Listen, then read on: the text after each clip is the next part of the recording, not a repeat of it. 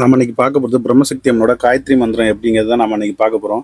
ஏற்கனவே நம்ம வீடியோவில் பேச்சி அம்மன், சொடலை மாடன், முண்டச்சாமி அந்த மாதிரி எல்லா தெய்வங்களுக்குள்ள காயத்ரி மந்திரங்கள் எல்லாம் பார்த்துட்டோம். இப்போ அடுத்தது பிரம்மசக்தி அம்மனோட காயத்ரி மந்திரம் என்ன அப்படிங்கிறத நாம இன்னைக்கு பார்க்க போகிறோம். பொதுவாக அந்த காயத்ரி மந்திரம் அப்படிங்கிறது குறைஞ்சது ஒரு நாளைக்கு 108 நேரமாவது சொல்லணும். அந்த மாதிரி நீங்கள் சொல்ல சொல்லதான் உங்களோட மன கஷ்டங்கள், உங்களுடைய நோய் நொடிகள், உங்களுடைய தேவைகள் எல்லாமே அந்த மாதிரி நடைபெறும். இந்த 108 முறைகள் உங்களால் சொல்ல முடியல அப்படின்னா கட்டாயமாக ஒரு 11 முறையாவது, குறைஞ்சது ஒரு 11 முறையாவது காலை இல்லை நைட்டு அந்த மாதிரி ஏதாட்டும் நீங்கள் பூஜை பண்ணுற நேரத்தில் அந்த காயத்ரி மந்திரத்தை சொல்ல சொல்ல உங்களுக்கு அந்த தெய்வத்தை நீங்கள் ரொம்ப நெருங்க முடியும். இந்த மாதிரி காயத்ரி மந்திரங்கள் சொல்லாமலே நீங்கள் வழிபடலாம். அப்படின்னாலும் நீங்கள் தெய்வத்துக்கிட்ட இருக்கலாம். ஆனால் அந்த காயத்ரி மந்திரங்கள் அப்படின்னு ஒன்று சொல்லும்போது அது உங்கள் மனசில் இருக்க எல்லா கஷ்டங்கள், கவலைகளை எல்லாத்தையும் மறந்து அந்த தெய்வத்துக்கிட்ட ரொம்ப இறங்க வைக்கும். ஏன்னா மந்திரங்கள் பொதுவாக அந்த பீஜ ஒலிகள் நம்ம உடம்புல உள்ள நரம்புகள் எல்லாம் கட்டுப்படுத்துறதுக்கு அந்த மாதிரி பயன்பாட்டுக்காண்டி தான் அந்த மந்திரங்கள் சொல்கிறோம். அந்த மாதிரி மந்திரங்களை நமக்கு பிடிச்ச தெய்வங்களை பார்த்து சொல்லி வழிபடும் போது நம்ம மனசும் நம்ம உடலுக்கும் ஒரு ஆரோக்கியமும் ஒரு நல்ல வாழ்க்கையும் அமையும். அந்த மாதிரி நம்ம பிரம்மசக்தி அம்மனோட காயத்ரி மந்திரம் என்ன அப்படிங்கிறத பார்க்க போகிறோம். ஓம் புர் போசி வகே சத் சவிதுர்வரேண்யம் பர்கோ தேவசிய தீமகி தன்னோ பிரம்மசக்தி பிரசோதயாத். இதுதான் பிரம்மசக்தி அம்மனோட காயத்ரி மந்திரம். இதுல முதல் லைனான ஓம் பூர் போசி வகை சத் சவிதுர்வரேண்யம் அப்படிங்கிறதுக்கான அர்த்தங்கள் என்ன அப்படின்னு பார்த்தீங்கன்னா, புவசி வகை அப்படின்னா பூலோகம், புவர்லோகம், சுவர்லோகம் இந்த மாதிரி 3 உலகங்களையும் ஆள்கிற தெய்வம் பிரம்மசக்தி.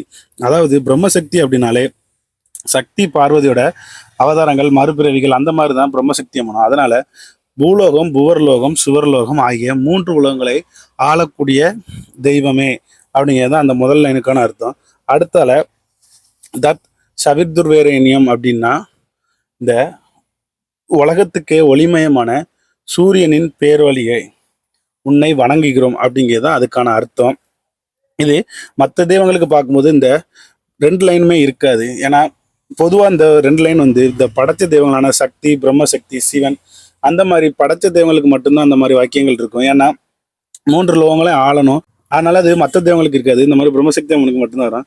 அடுத்தது இதுல 2ஆம் லைன் பர்கோ தேவசிய தீமகி அப்படின்னா அந்த பரம்பொருளின் தெய்வீக ஒளியுடன் நாங்கள் சரணடைகிறோம், இல்லைன்னா அந்த பரம்பொருளின் தெய்வீக ஒளியில நாங்க தியானிக்கிறோம் அப்படிங்கிறதுக்கான அர்த்தம்.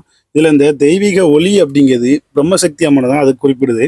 அடுத்தல இதுல 3வது லைனான தன்னோ பிரம்மசக்தி பிரசோதயாத் அப்படிங்கிறது என்ன அப்படின்னு பார்த்தோம்னா, அதாவது பிரம்மசக்தி அம்மனான தாய் நம்மளோட அறிவையும் சிந்தனையும் அறிஞ்சு, அதாவது அந்த தெய்வத்தை வணங்குற ஒவ்வொரு பக்தனோட அறிவு, சிந்தனைகள், அவன் என்ன நோக்கத்துக்காண்டி இருக்கான் அப்படிங்கிறத எல்லாத்தையுமே அறிஞ்சு அவனுக்குள்ள இருக்க கெட்ட விஷயங்கள் எல்லாம் வெளியெடுத்து அவனோட நல்ல பாதையில வழி நடத்தணும் அப்படிங்கிறதுக்கான அர்த்தம் தான் அது. நம்ம இவ்வளவு நேரம் பார்த்ததான் பிரம்மசக்தி அம்மனோட காயத்ரி மந்திரம். அடுத்து அந்த காயத்ரி மந்திரத்துக்கான விளக்கங்கள். இந்த காயத்ரி மந்திரங்களை நீங்க எப்போ சொல்லணும் அப்படின்னு கேட்டீங்கன்னா, நீங்க பூஜை பண்ற நேரங்கள்ல கட்டாயமா சொல்லலாம். பூஜையை தவிர்த்து மற்ற நேரங்களில் சொல்லலாம்னு கேட்டா தாராளமா நீங்க பூஜையை தவிர்த்து எந்த நேரங்கள்னாலும் சொல்லலாம்.